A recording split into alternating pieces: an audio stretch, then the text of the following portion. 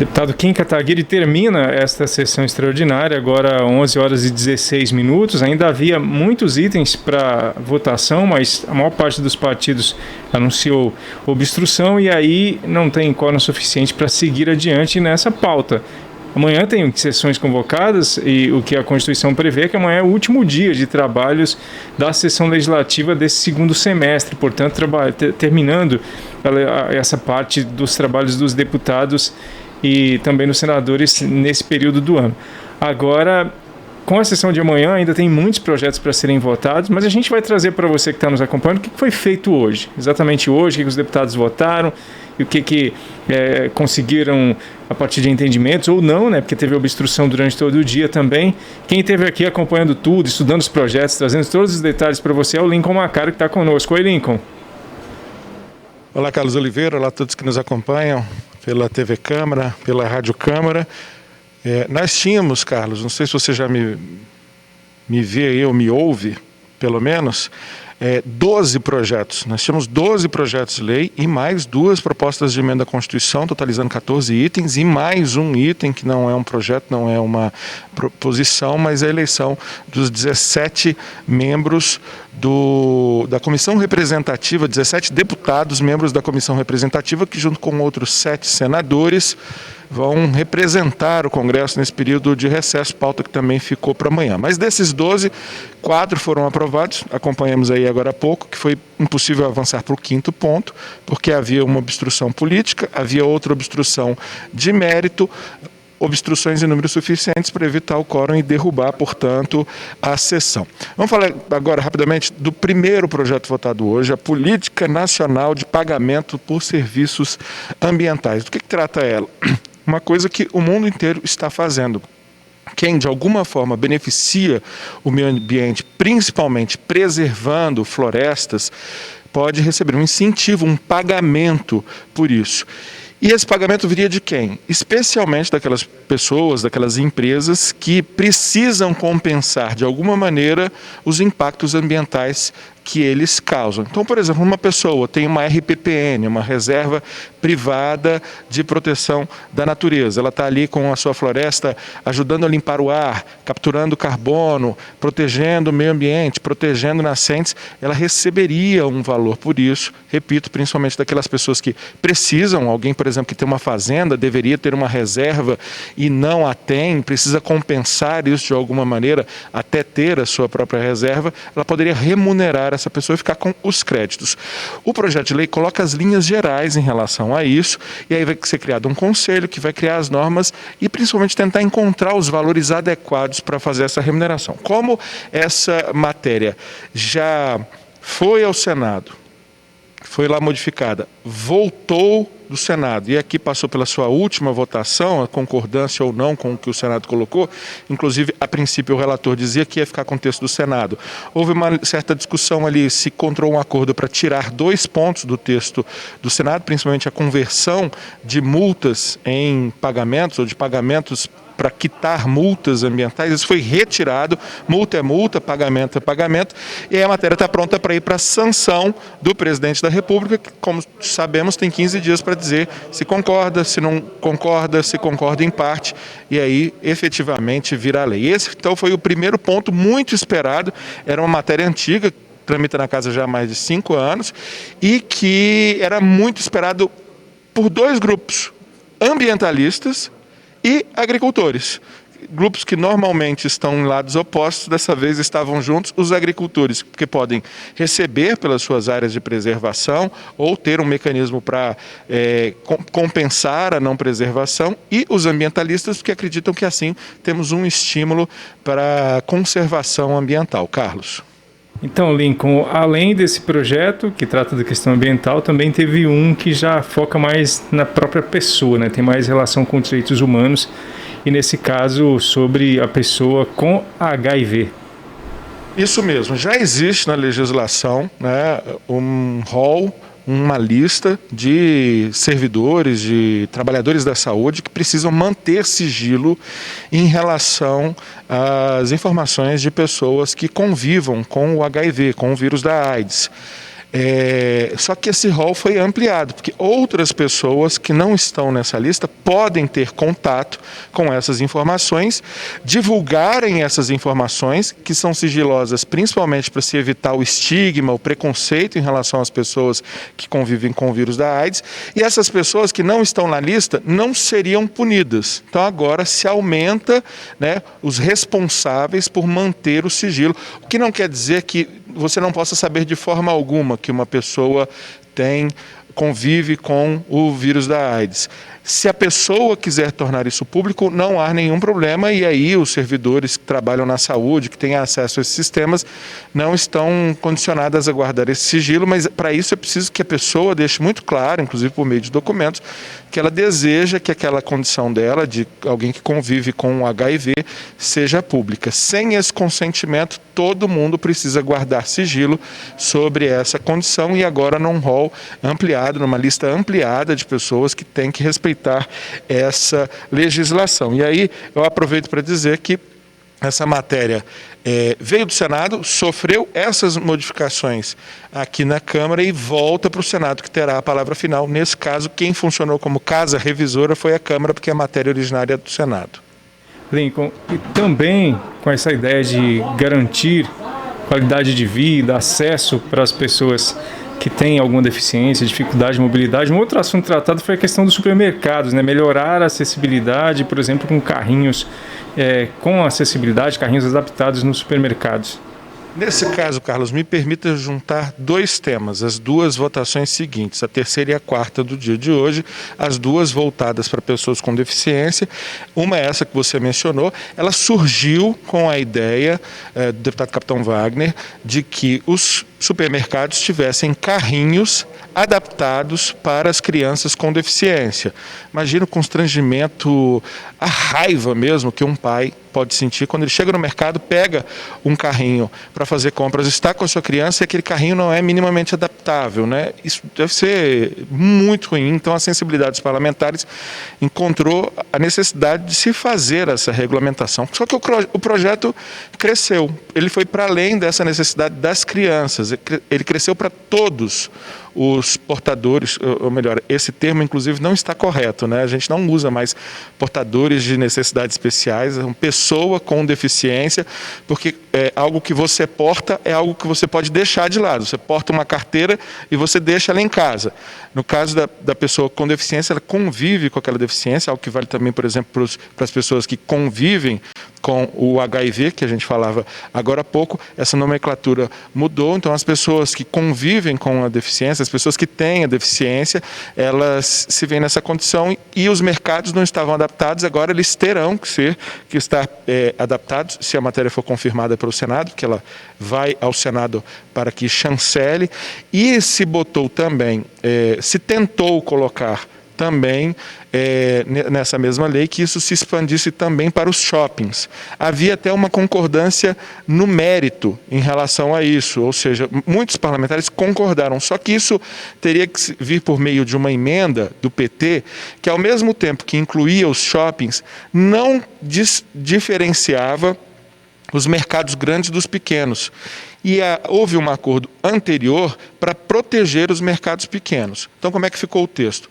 O mercado vai ter que ter carrinhos adaptados ou uma pessoa que ajude a pessoa com deficiência a fazer a compra. Ela pode, inclusive, ter as duas, mas ela pode optar por ter só uma. Ou você tem um carrinho adaptado em que a pessoa está em condições de fazer as compras sozinha, ou você tem uma pessoa que, naquele momento em que chegar uma pessoa com deficiência ao mercado, ela está exclusivamente dedicada a ajudar a pessoa com deficiência a fazer as suas compras.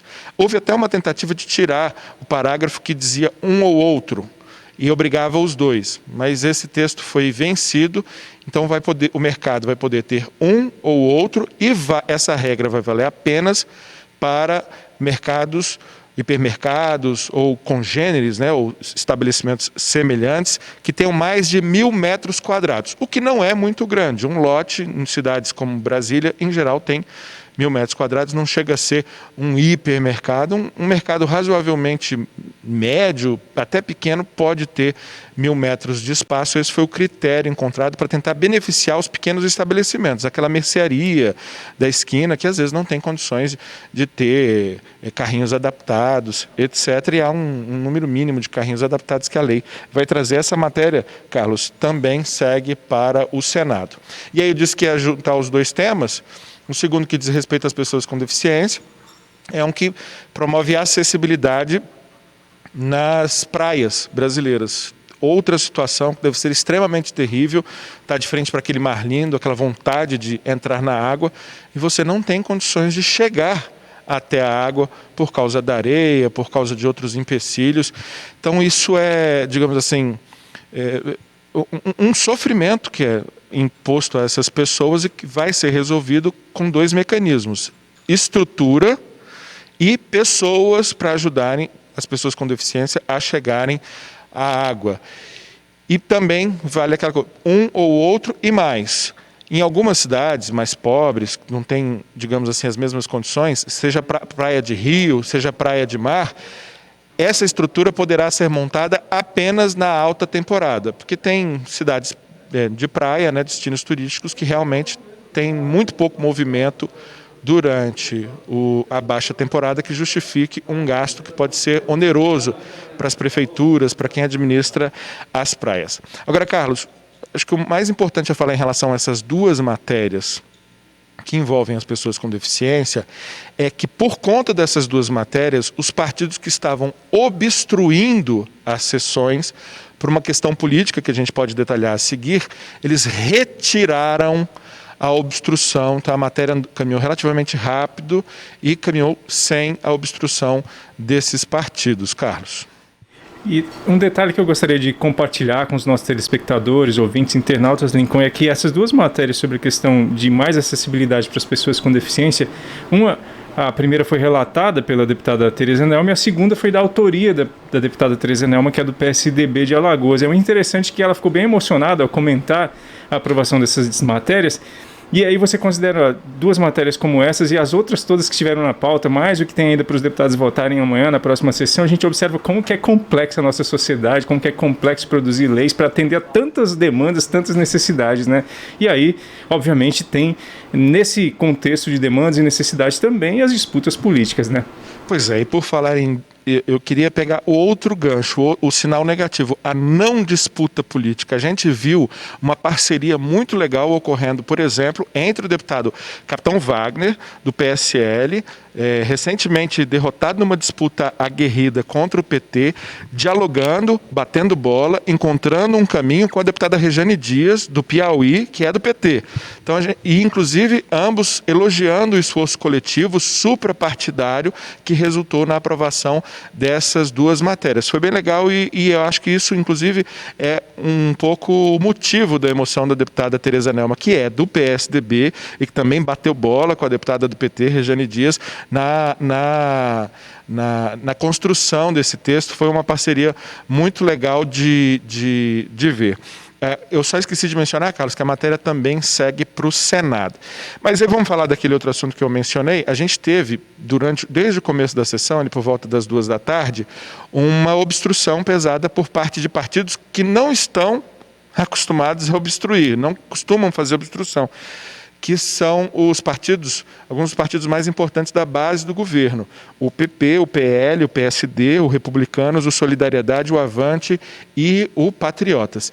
E eles, inclusive, mencionaram várias vezes que não estavam fazendo uma obstrução contra o mérito das matérias. Eles estavam fazendo uma obstrução política em relação à forma como foi construída essa pauta da reta final de trabalhos do Congresso, dizendo que o presidente Rodrigo Maia não ouviu o Colégio de Líderes. Esse seria, então, o motivo da obstrução desse conjunto de partidos. O presidente Rodrigo Maia estava, boa parte do tempo, em plenário e respondeu dizendo que, na construção da pauta, ele ouviu mais do que o Colégio de Líderes. Ele ouviu o próprio plenário, porque todas as matérias que estavam nessa pauta de hoje tinham tido recentemente o requerimento de urgência aprovado pela maioria do plenário e principalmente as assinaturas de líderes que eram a maioria do colégio de líderes. Então você tinha aí dois elementos que corroborariam a entrada na pauta desses 14 itens, ou melhor dizendo, os 12 projetos de lei, pelo menos as PECs, como vem do Senado, elas já têm alguma prioridade para entrar na pauta.